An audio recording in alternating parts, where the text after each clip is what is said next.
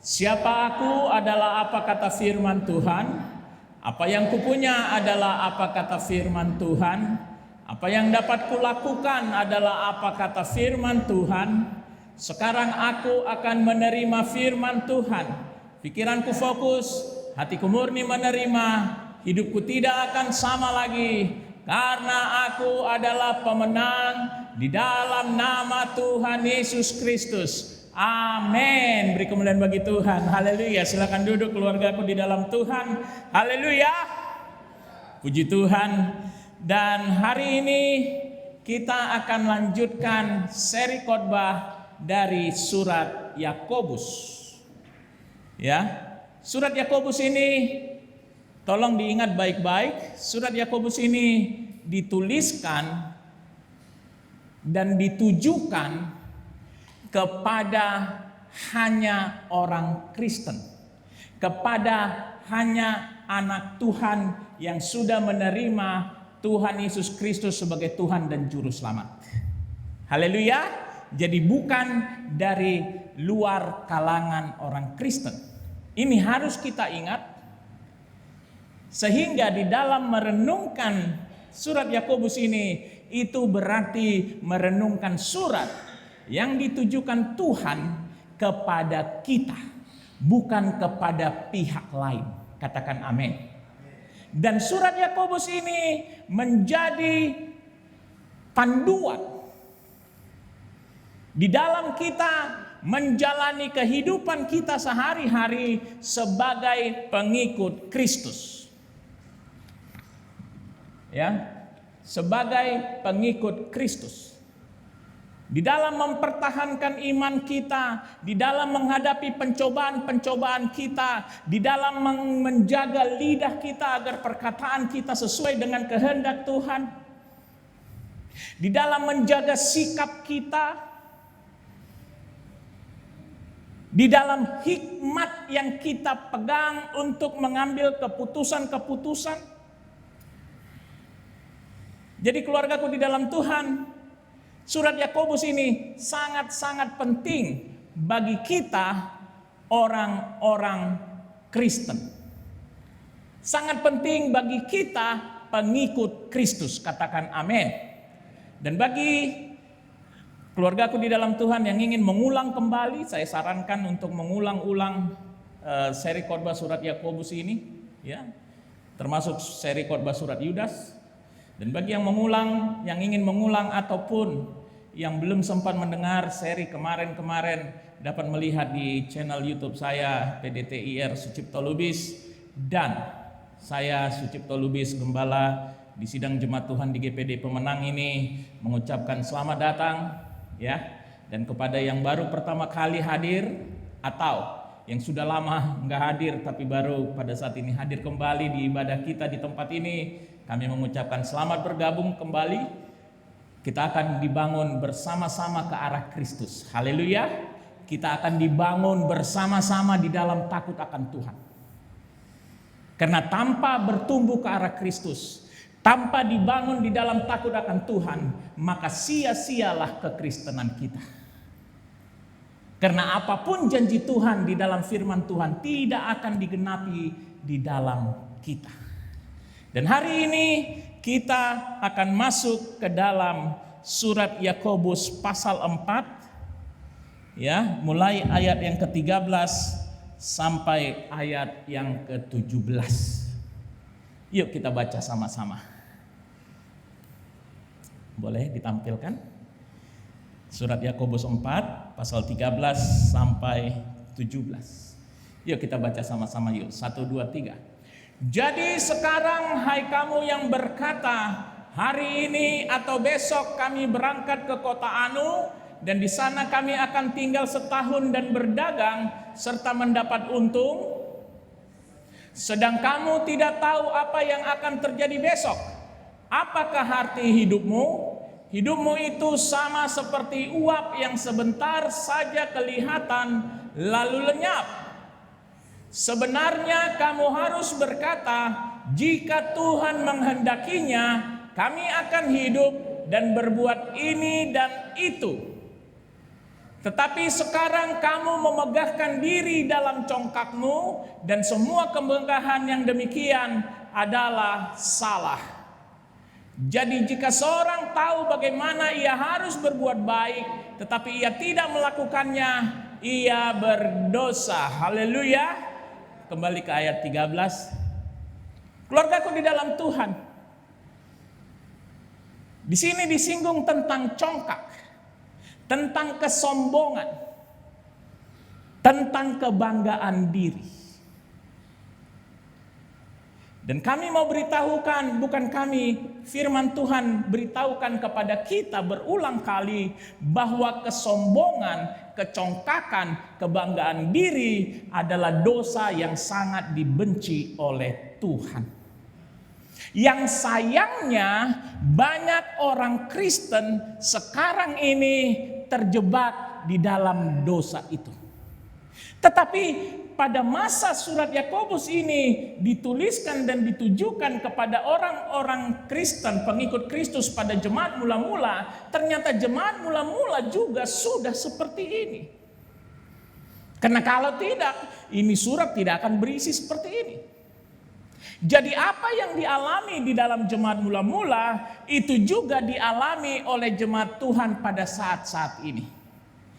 Sehingga bisa dikatakan bahwa walaupun sudah hampir 2000 tahun surat Yakobus ini dituliskan, tetapi masih relevan, masih berarti sekali bagi kehidupan kita jemaat Tuhan di tahun 2025 ini. Katakan amin. Haleluya. Dan kebanggaan diri, kesombongan, kecongkakan itu tanpa disadari banyak meruntuhkan iman, banyak merusak hidup dari jemaat-jemaat Tuhan. Kalau kita lihat di dalam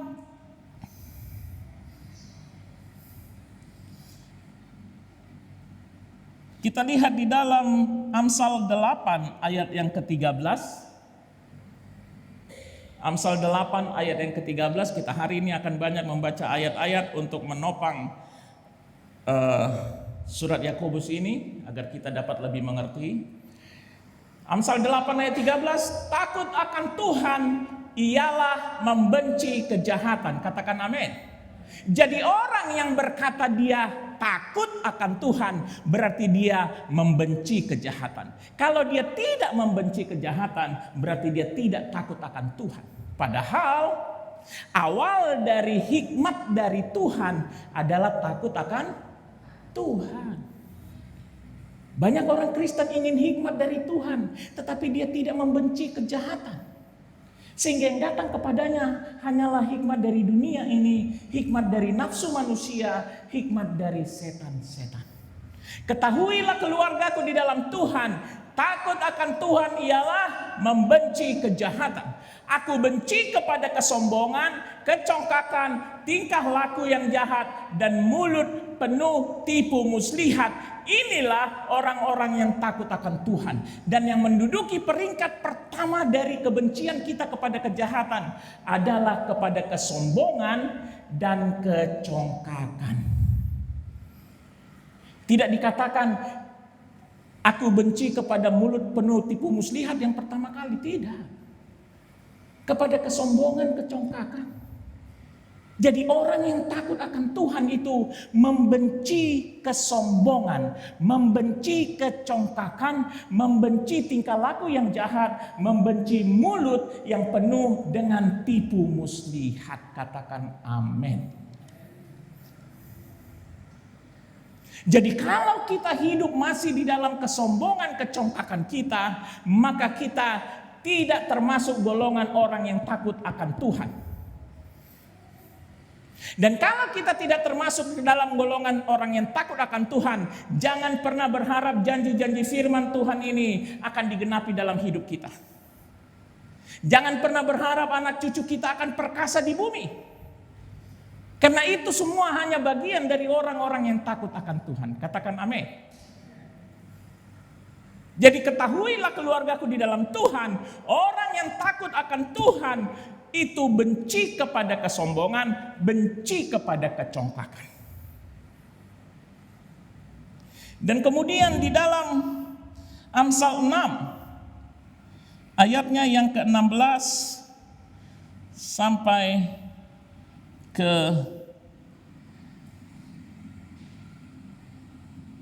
17.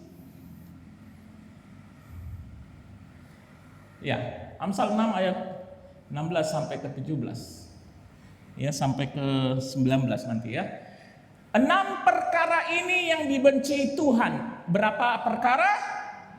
Bahkan 7 perkara menjadi kekejian bagi hatinya. Perhatikan ini baik-baik keluargaku di dalam Tuhan.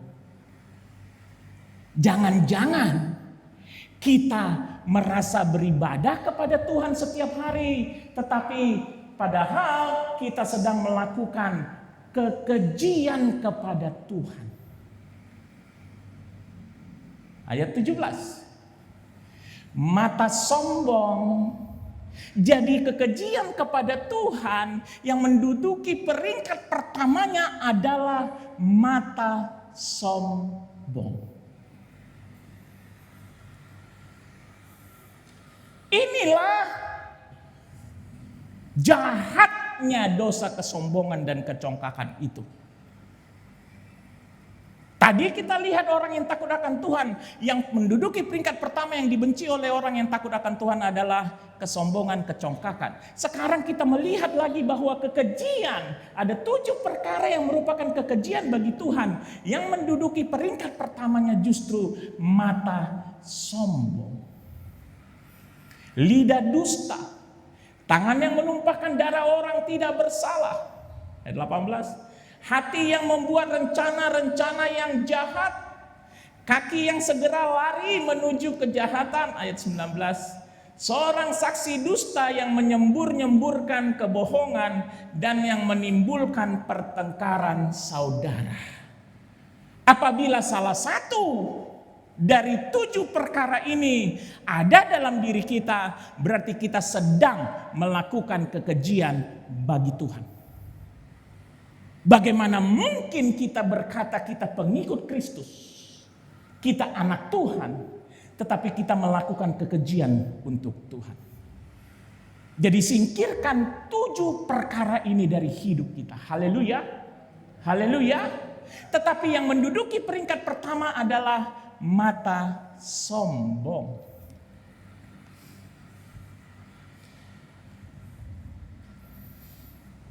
Amsal 16 ayat 5.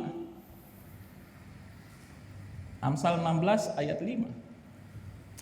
Setiap orang yang tinggi hati adalah kekejian bagi Tuhan, sungguh ia tidak akan luput dari hukuman. Setiap orang yang sombong, yang tinggi hati, yang congkak, itu adalah kekejian bagi Tuhan, dan orang tersebut tidak akan luput, tidak akan bisa terhindar dari hukuman. Haleluya. Jadi kalau ada orang berlaku sombong, menghina kita, merendahkan kita, enggak usah diajak bertengkar. Haleluya. Enggak usah sakit hati. Enggak usah doakan yang jelek-jelek untuk dia.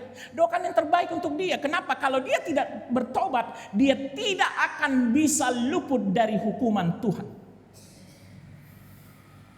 Serahkan penghakiman kepada Tuhan. Amin. Haleluya. Tetapi setiap orang yang tinggi hati adalah kekejian bagi Tuhan. Dan keluargaku di dalam Tuhan, banyak orang salah berpikir mengenai kesombongan, kecongkakan, dan tinggi hati ini. Banyak orang yang berpikir bahwa orang yang sombong itu membangga-banggakan dirinya dan merendahkan orang lain. Ya, itu termasuk salah satu dari kesombongan. Banyak orang berpikir bahwa kesombongan itu hanyalah orang yang memamer-mamerkan pencapaian harta kekayaannya. Ya, itu termasuk bagian dari kesombongan. Tetapi yang dimaksudkan dengan kesombongan, kecongkakan, ketinggian hati adalah orang-orang yang memusatkan hidupnya terhadap dirinya sendiri. Dia akan berkata, aku akan melakukan ini dan itu. Tidak ada Tuhan di dalamnya. Aku bisa mencapai ini dan itu. Tidak ada Tuhan di dalam rencananya. Dia menyingkirkan Tuhan. Dan dia lebih mengutamakan dirinya. Tetapi keluargaku di dalam Tuhan bukan hanya seperti itu. Orang yang merasa dirinya tidak mampu, aku nggak akan mungkin mencapai ini dan itu karena aku dari keluarga miskin, karena aku tidak sekolah, karena aku begini, karena aku begitu. Itu pun ternyata bentuk dari kesombongan. Bentuk dari kecongkakan, karena dia mengeluarkan Tuhan dari rencananya, karena dia mengeluarkan Tuhan dari hidupnya, karena dia berpikir dia melakukannya karena dirinya sehingga dia merasa tidak mampu. Itulah yang dimaksud dengan kesombongan. Jadi bukan hanya orang yang membangga-banggakan dirinya, tetapi orang yang berkata aku tidak akan sanggup. Hidupku cuman seperti ini. Aduh, hancur kali hidupku. Itu orang-orang yang sombong. Orang-orang yang berkata dari sudut pandang dirinya sendiri, bukan dari sudut pandangnya Tuhan. Itulah yang dimaksud dengan kesombongan, kecongkakan, tinggi hati. Dia meninggikan dirinya. Dia berpikir bahwa dirinya lah yang menentukan segalanya dalam hidupnya. Baik kemampuan dia maupun ketidakmampuan dia. Dia mengeluarkan Tuhan.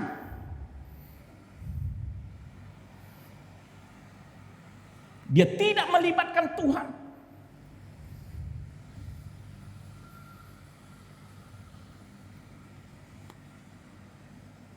Kita kembali ke dalam surat Yakobus tadi. Surat Yakobus 4 ayat 13.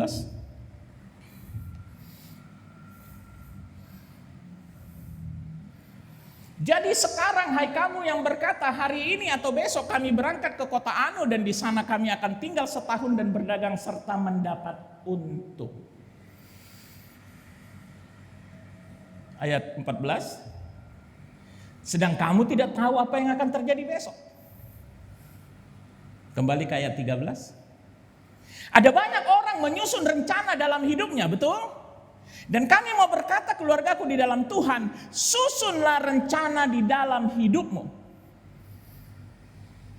Karena hidup yang tanpa rencana adalah hidup yang untuk kegagalan. Rencanakan hidup kita. Amin. Kemarin anak kita Sudewo wisuda. Dan sesudah dia balik ke Medan, kami akan duduk sama untuk merencanakan masa depan dia. Di sidang Jumat Tuhan di GPD Pemenang ini juga, kami sebagai gembala memiliki rencana-rencana. Memiliki rencana-rencana. Karena kami akan bersalah di mata Tuhan kalau kami tidak memiliki rencana untuk pertumbuhan sidang Jumat Tuhan di tempat ini. Tetapi yang harus kita ingat adalah di dalam ayat 14, sedang kamu tidak tahu apa yang akan terjadi besok. Apalah arti hidup kita? Hidup kita sama seperti uap.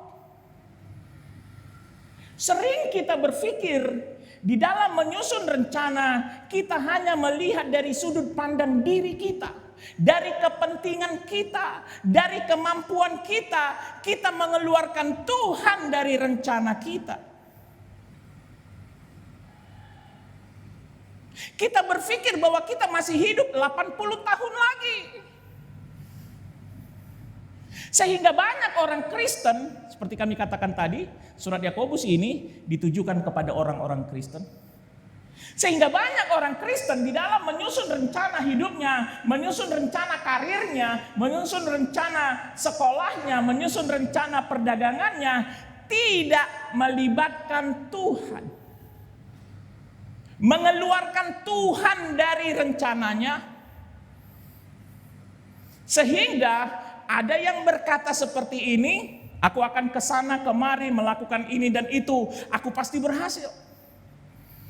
Tetapi ada juga orang yang mengeluarkan Tuhan dari hidupnya sehingga dia gagal membuat rencana. Untuk apalah aku ke sana kemari? Untuk apalah aku melakukan ini dan itu? Aku pasti nggak mampu. Hidupku sudah rusak.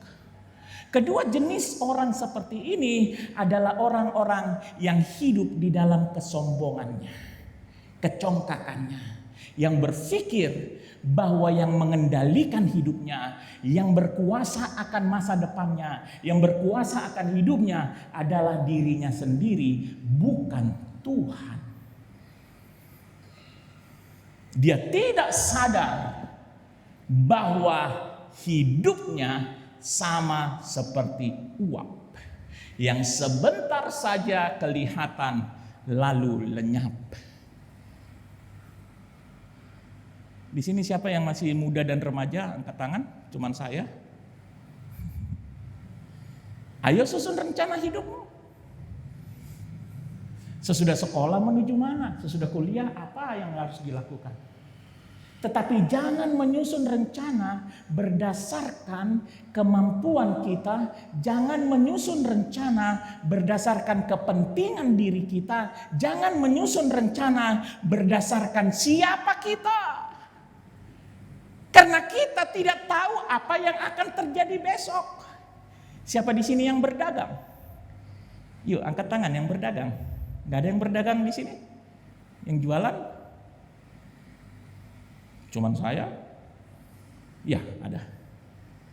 Ayo susun rencana perdaganganmu.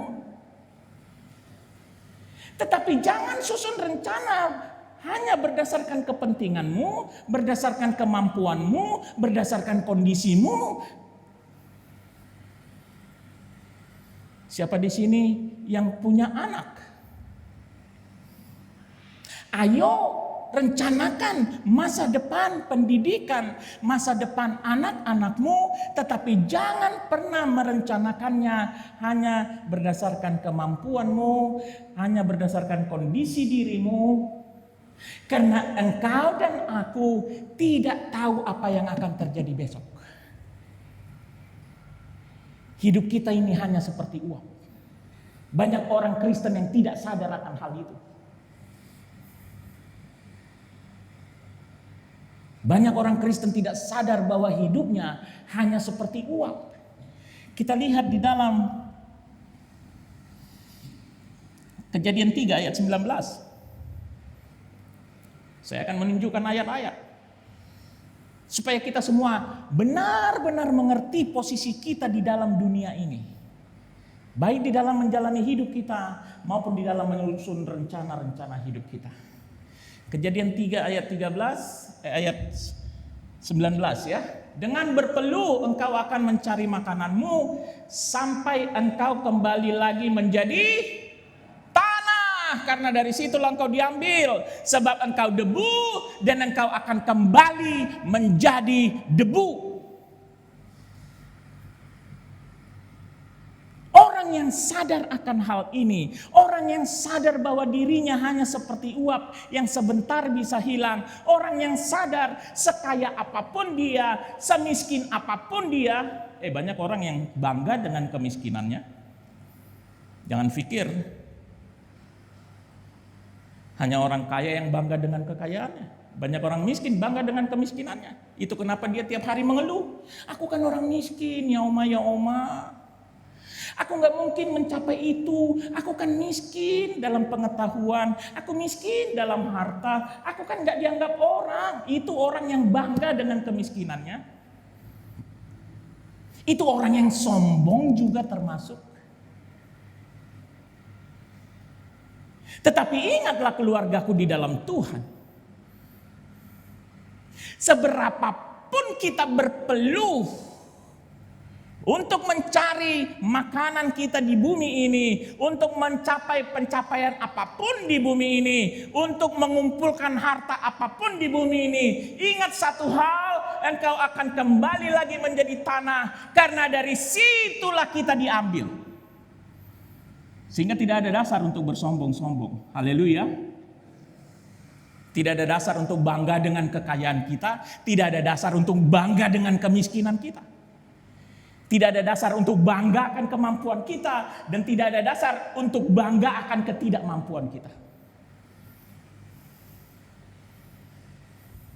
Di dalam Mazmur 103 ayat 14. Mazmur 103 ayat 14, saya akan banyak ayat-ayat di dalam hal ini supaya kita sadar siapa diri kita yang sebenarnya. Sebab dia sendiri tahu dia ini adalah Tuhan. Tahu apa kita. Dia ingat bahwa kita ini debu. Debu. Saya juga bingung kalau ada orang yang ngancam-ngancam Tuhan. Masa debu mengancam Tuhan? Masa ciptaan mengancam pencipta? Masa debu ngambek kepada Tuhan? Kita hanya debu. Dan Tuhan pun tahu itu. Tuhan pun tahu itu. Masa debu sombong?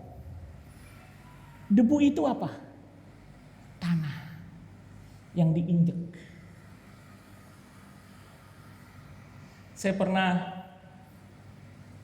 siapa di sini yang beberapa kali menghadiri acara penguburan? Ada yang pernah ke kuburan menghadiri acara penguburan? Untuk sampai ke kuburan yang itu, kadang kita menginjak tanah kuburan yang lain, betul nggak? Terus apa yang mau disombongin? Kalau kita mati, kuburan kita pun mungkin akan diinjak-injak orang. Permisi numpang lewat pun enggak, betul enggak? Jangan sombong-sombong. Baik terhadap kekayaan kita jangan sombong. Baik terhadap kemiskinan kita jangan sombong. Baik terhadap kemampuan kita jangan sombong. Baik terhadap ketidakmampuan kita pun jangan sombong. Kita hanya debu. Mazmur 103 ayat 15 sampai 17. Adapun manusia hari-harinya seperti rumput, seperti bunga di padang, demikianlah ia berbunga. Apabila angin melintasinya, maka tidak ada lagi ia, dan tempatnya tidak mengenalnya lagi. Ayat 15 tolong. Ayat 15. Kita seperti rumput, seperti bunga di padang. Mungkin kita cantik terlihat, tetapi ketahuilah keluargaku di dalam Tuhan, itu hanya sementara. Hanya sementara. Haleluya. Haleluya. 1 Petrus 1 ayat 24. 1 Petrus 1 ayat 24. Sebab semua yang hidup adalah seperti rumput, dan segala kemuliaannya seperti bunga rumput. Rumput menjadi kering dan bunga gugur. Jadi adalah sangat salah jika kita sebagai manusia hanya sibuk merencanakan supaya kita seperti bunga yang indah dilihat orang. Sibuk mengumpulkan harta, sibuk untuk mencapai tujuan-tujuan kita. Dan kita tidak sadar bahwa ada kehidupan yang kekal yang harus kita perjuangkan. Karena kalau kita tidak mendapatkan kehidupan yang kekal itu, maka sia-sialah kehidupan kita di muka bumi ini. Karena rumput menjadi kering dan bunga gugur. Haleluya. Haleluya.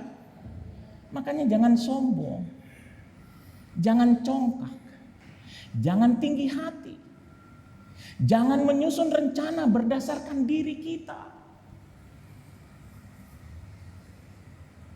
Karena kita tidak tahu apa yang akan terjadi esok. Surat Yakobus 4 tadi, tolong, ayat 14.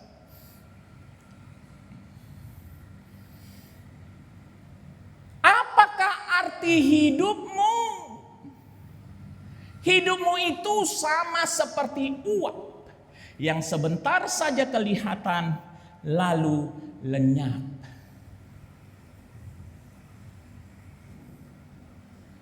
Dulu saya ganteng, kata orang. Sekarang saya gentong. Dulu saya langsing, sekarang saya langsung. Itu dari fisik. Dari pencapaian. Kita melihat ada begitu banyak orang yang dulu berhasil, sekarang bangkrut.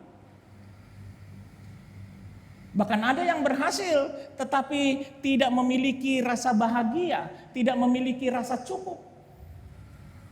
Sehingga lupa bahwa hidup di dunia ini hanya sementara, seperti uap yang sebentar saja lenyap.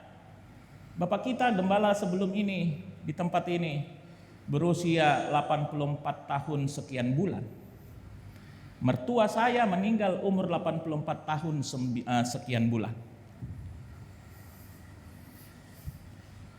Ada orang yang meninggal umur 30 tahun.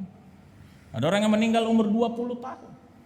Bahkan ada famili saya usia 16 tahun meninggal. Kita nggak tahu apa yang akan terjadi besok. Nggak tahu. Bahkan kita juga nggak tahu bakal seperti apa kondisi ekonomi di Indonesia ini besok. Nggak tahu. Kita nggak tahu besok kemampuan kita seperti apa. Nggak tahu.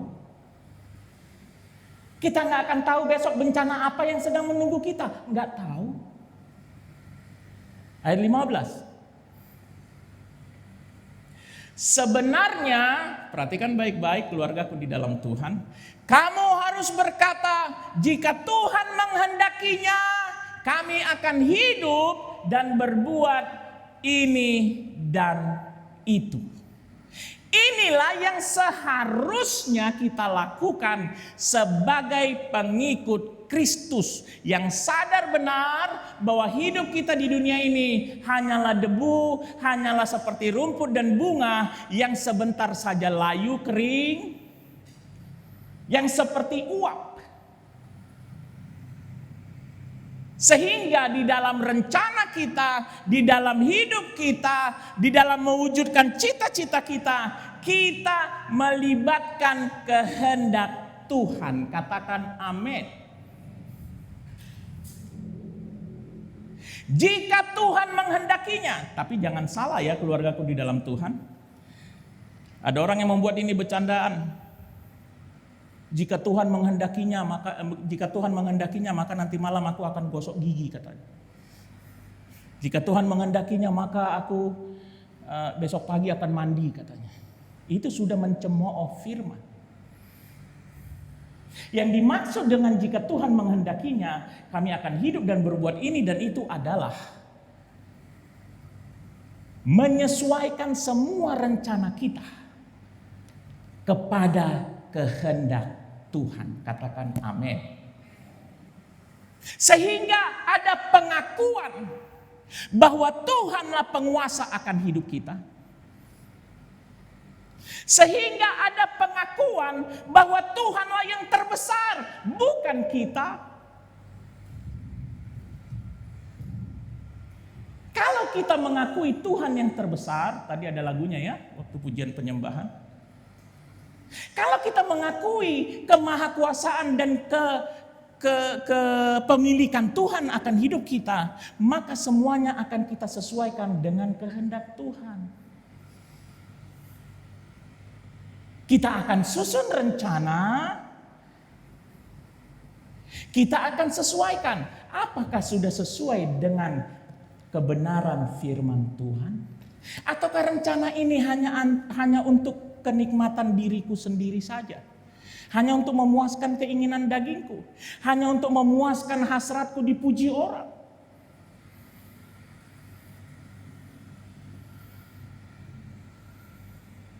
Kami pernah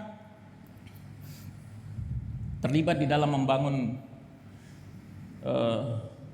tim di dalam bisnis. Ya, karena dulu saya pebisnis dan saya memiliki 1.000 lebih orang-orang di dalam tim bisnis kami pada waktu itu, tersebar di seluruh Indonesia. Dan ada banyak mereka menyusun rencana di dalam rencana bisnisnya, tetapi alasannya apa? Supaya keluargaku tahu, supaya orang sana tahu, supaya aku punya uang, supaya orang sana tidak leceh, tidak remeh kali lihat aku. Dia mengeluarkan Tuhan dari rencananya. Sehingga dia menyusun rencana berdasarkan kenikmatan hidupnya, berdasarkan keinginan dagingnya, berdasarkan egonya, bukan lagi berdasarkan kehendak Tuhan.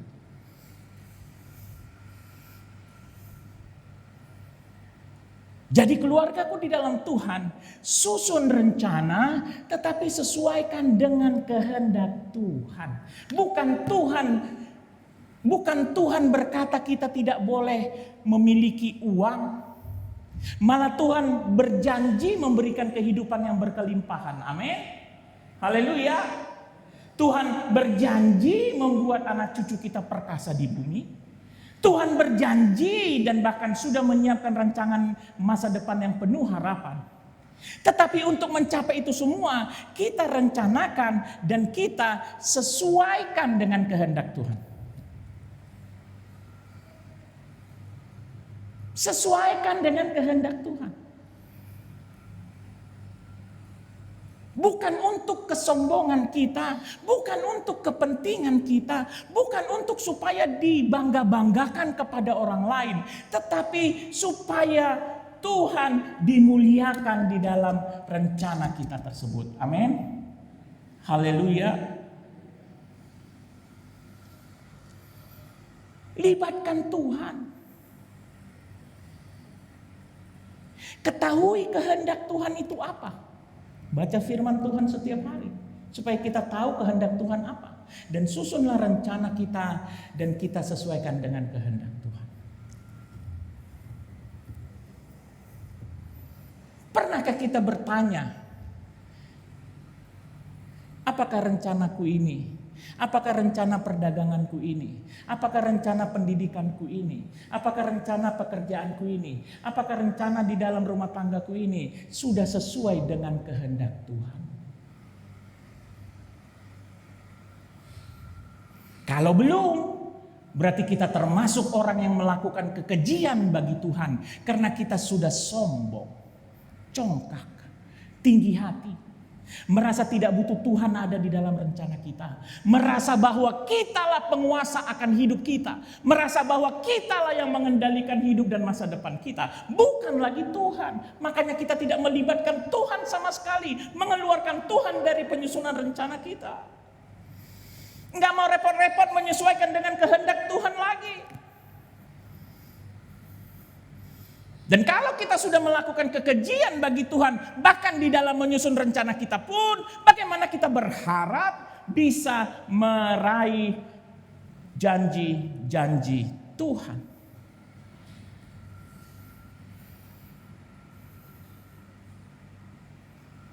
Dan ini juga sudah disinggung di dalam Yakobus 4 ayat 6 sampai 10. Tetapi kasih karunia yang dianugerahkannya kepada kita lebih besar daripada itu. Karena itu ia katakan, Allah menentang orang yang congkak.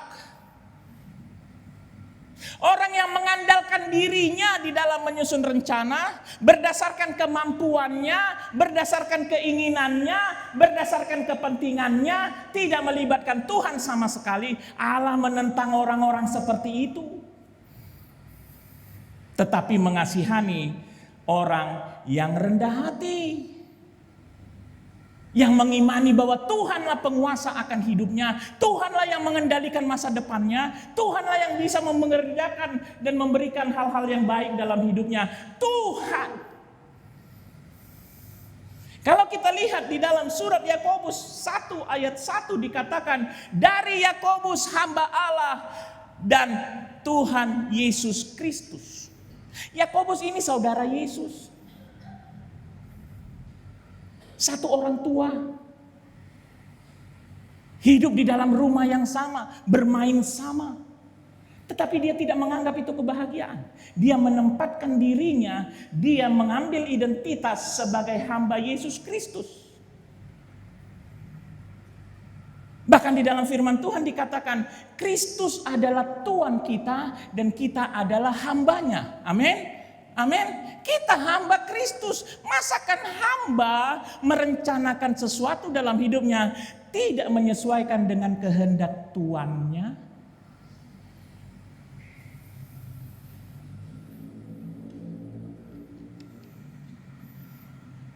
Itu kenapa keluargaku di dalam Tuhan. Jangan merasa sombong akan kemampuan kita, karena kita tidak tahu apa yang akan terjadi besok. Tetapi jangan juga sombong akan ketidakmampuan kita dan berkata, siapalah aku ini. Saya paling sebel kalau dengar orang, aduh nggak sanggup aku, pasti nggak akan mampu, pasti nggak akan bisa. Kenapa? Siapalah aku ini? Hei, engkau anak Tuhan, engkau hamba Kristus yang memampukanmu Tuhan. Haleluya, haleluya.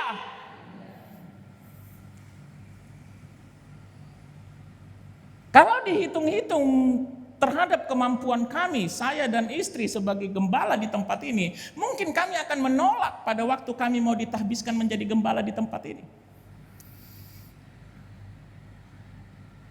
Karena secara pribadi kami merasa tidak mampu. Tetapi kami tahu pasti bahwa kami adalah hamba Kristus Yesus. Amin. Kami adalah anak Tuhan, sehingga bukan kemampuan kami lagi, tetapi kemampuannya Tuhan. Katakan amin. Katakan amin. Jadi kalau ada di antara kita, bahkan di antara pemuda remaja yang merasa rendah diri, tidak percaya bisa mencapai apapun dalam hidupnya,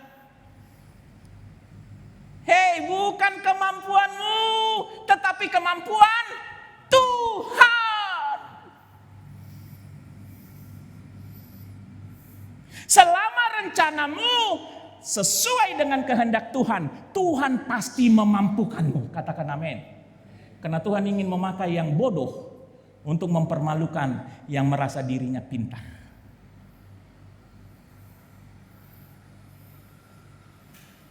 Kalau dunia menganggap kita sampah karena tidak punya kemampuan, karena tidak punya harta banyak, karena bukan dari keluarga terpandang, don't worry, be happy. Ya, ada lagunya ya, don't worry, be happy. Ya, jangan khawatir, happy aja. Kenapa? Bukan kemampuanmu, tetapi kemampuan Tuhan. Dan Tuhan akan memakai orang-orang yang tidak dipandang oleh dunia ini untuk mempermalukan orang-orang yang terpandang di dunia ini. Amin. Haleluya. Kalau kita meragukan bahwa kita hidupnya hancurlah, nggak ada hargalah, nggak ada gunalah, berarti kita sedang mengeluarkan Tuhan dari hidup kita. Berarti kita tidak menganggap apapun tentang Tuhan. Karena kita merasa kitalah yang mengendalikan hidup kita, kitalah yang memiliki hidup kita, kitalah yang menentukan hidup kita, bukan lagi Tuhan. Dan Allah menentang orang yang congkak, tetapi mengasihani orang yang rendah hati. Katakan amin. Ayat 7, Yakobus 4. Karena itu tunduklah kepada Allah dan lawanlah iblis, maka ia akan lari daripadamu. Tunduk kepada kuasa Allah. Tunduk bahwa Allah lah yang mengendalikan hidup kita. Tunduk bahwa Allah lah yang menentukan masa depan kita. Dan lawanlah iblis. Pada saat iblis menaruh pikiran-pikiran, kau kan orang miskin, keluargamu kan gak terpandang, orang tuamu kan cuman begitu. Lawan, maka pikiran dari iblis itu akan lari daripada kita. Haleluya. Haleluya. Karena bukan siapa kita, tetapi siapa Tuhan kita. Karena bukan apa kemampuan kita, tetapi apa kemampuan Tuhan kita. Karena Tuhan kita lah yang mengendalikan hidup kita. Amin. Ayat 8. Mendekatlah kepada Allah dan Ia akan mendekat kepadamu. Tahirkanlah tanganmu, hai kamu orang-orang berdosa, dan sucikanlah hatimu, hai kamu yang mendua hati. Ternyata ada syaratnya supaya Tuhan mampukan kita, supaya Tuhan mau terlibat di dalam rencana kita, supaya Tuhan memberhasilkan rencana kita. Apa itu? Tahirkan tangan kita dan sucikan hati kita. Firman berkata, sadarlah dan bertobatlah supaya dosamu diampuni dan supaya Tuhan memberikan waktu kelegaan kepadamu. Banyak orang Kristen yang bandel, hidup gak takut sama Tuhan, hidup tidak pernah mau bertobat, tetapi klaim-klaim janji Tuhan. Itu mah jaka sembung bawa golok ya. Jaka sembung bawa golok.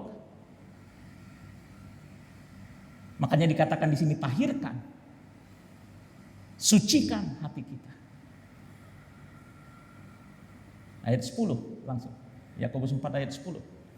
Rendahkanlah dirimu di hadapan Tuhan dan Ia akan meninggikan kamu. Katakan amin. Orang yang merendahkan dirinya di hadapan Tuhan, itulah orang-orang yang menyesuaikan rencananya terhadap kehendak Tuhan. Karena dia mengakui Tuhanlah penguasa akan hidupnya. Tuhanlah penguasa akan dirinya dan masa depannya. Haleluya. Apakah rencanaku sudah sesuai dengan kehendak Tuhan? Apakah rencanaku ini memuliakan Tuhan? Apakah rencanaku ini dapat menjadi kesaksian yang indah bagi Tuhan? Itu pertanyaan yang pertama kali yang harus kita ajukan. Bukan berapa untungku nanti kalau rencana ini berhasil. Apa yang bisa kubeli kalau rencana ini yang berhasil. Banyak orang memulai perdagangannya, memulai pekerjaannya yang dipikirannya adalah kalau ini berhasil, aku akan beli sepeda motor, aku akan beli mobil, aku akan beli ini dan itu. Bukan lagi Tuhan. Padahal firman jelas-jelas berkata, carilah dahulu kerajaan Allah dan kebenarannya, maka semuanya itu akan ditambahkan kepadamu. Haleluya. Rendahkan diri kita di hadapan Tuhan, termasuk di dalam merencanakan apapun dalam hidup kita.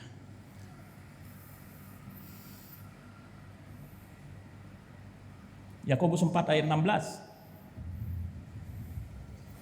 Yakobus 4 ayat 16.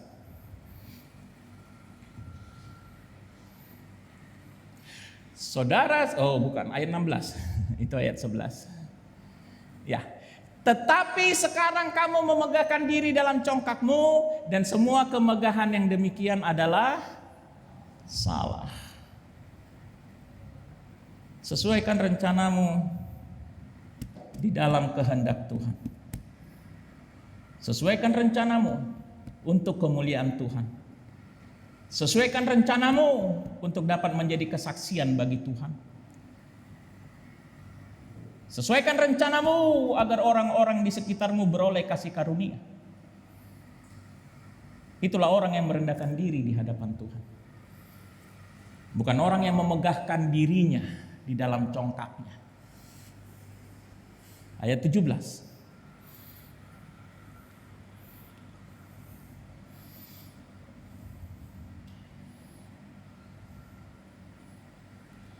Jadi jika seorang tahu bagaimana ia harus berbuat baik, tetapi ia tidak melakukannya, ia berdosa.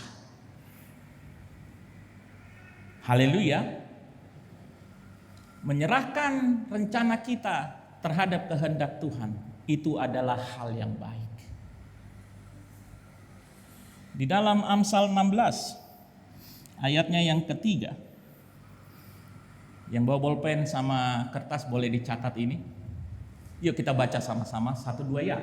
Serahkanlah perbuatanmu kepada Tuhan, maka terlaksanalah segala rencanamu. Katakan amin. Bagi yang ingin berhasil di dalam rencananya, serahkan semuanya kepada Tuhan. Serahkan semuanya supaya sesuai dengan kehendak Tuhan. Serahkan semuanya supaya memberi kemuliaan bagi Tuhan, menjadi saksi.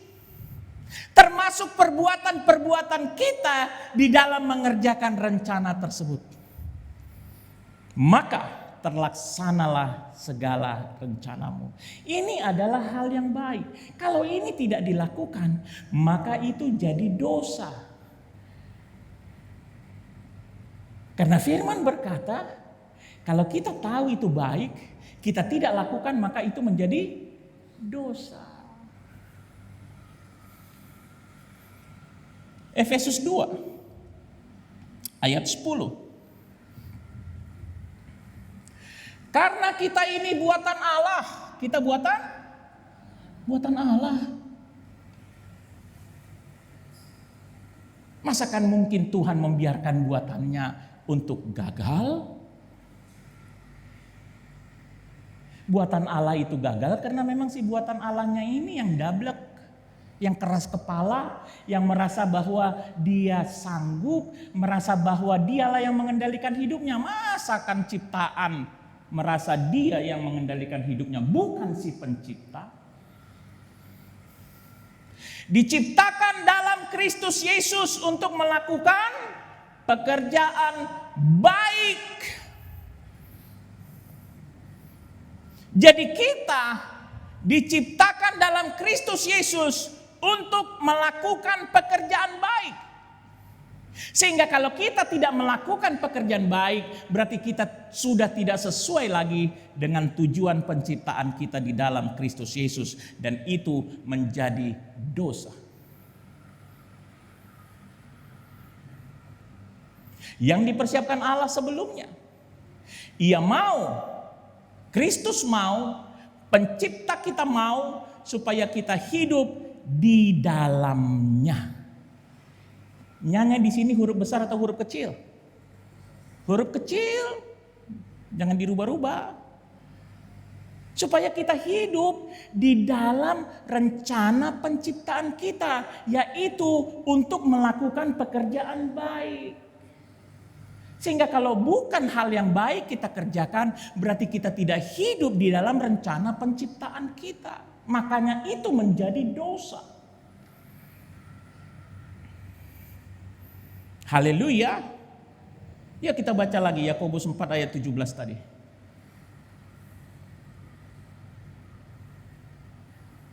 Satu dua ya. Jadi jika seorang tahu bagaimana ia harus berbuat baik, tetapi ia tidak melakukannya, sementara kita diciptakan di dalam Kristus Yesus untuk melakukan pekerjaan yang baik. Dan Kristus mau kita hidup di dalamnya. Di dalam pekerjaan-pekerjaan baik yang sudah disiapkan Allah sebelumnya bagi kita. Sehingga kalau kita tidak mau hidup dan menghidupi pekerjaan-pekerjaan baik itu, maka kita melakukan dosa. Jadi keluargaku di dalam Tuhan, mempunyai rencana dalam hidup ini sangat baik. Tetapi mempunyai rencana yang tidak sesuai dengan kehendak Allah, mempunyai rencana yang bukan ditujukan untuk kemuliaan Tuhan, itu adalah dosa. Mungkin berhasil di dalam mengumpul harta, tapi percayalah tidak akan ada kebahagiaan di situ. Tidak akan ada damai sejahtera di situ. Tidak akan ada sukacita di situ. Karena firman berkata, kuasa untuk menikmati hasil jerih lelah kita hanya datang dari Tuhan. Firman juga berkata, apa yang dapat diberikan oleh dunia ini tidak sama dengan apa yang diberikan oleh Tuhan. Ini sudah mau dekat akhir tahun. Ini sudah Oktober ya, November, Desember. Mungkin ada di antara kita yang sudah mulai menyusun rencana-rencananya. Ayo libatkan Tuhan. Haleluya. Sesuaikan dengan kehendak Tuhan. Kita yang nyesuaiin, bukan kehendak Tuhan yang dipelintir-pelintir supaya sesuai dengan rencana kita. Dan tujukanlah rencana-rencana kita itu hanya bagi kemuliaan Tuhan.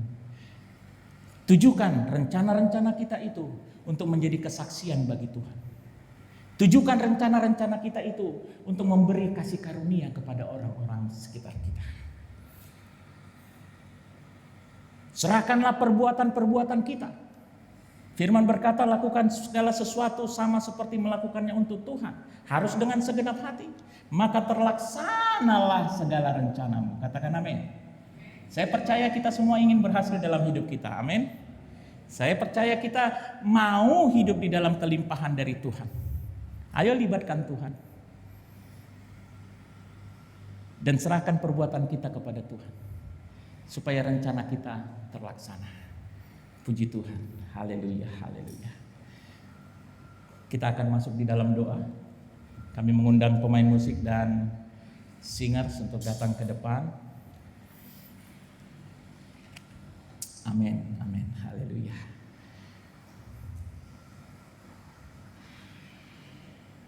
Keluargaku di dalam Tuhan, kelimpahan, keberhasilan, itu sudah dijanjikan Tuhan. Tetapi untuk itu, kita harus hidup di dalam kehendak Tuhan. Amin, haleluya. Kita akan masuk di dalam doa.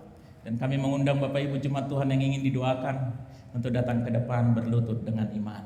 Kemurahan-Mu lebih dari hidup. Haleluya. Mari kita bangkit berdiri semua. Kemurahan-Mu. Kami mengundang Bapak Ibu Jemaat Tuhan yang mau didoakan untuk datang ke depan dengan iman. Amin, amin.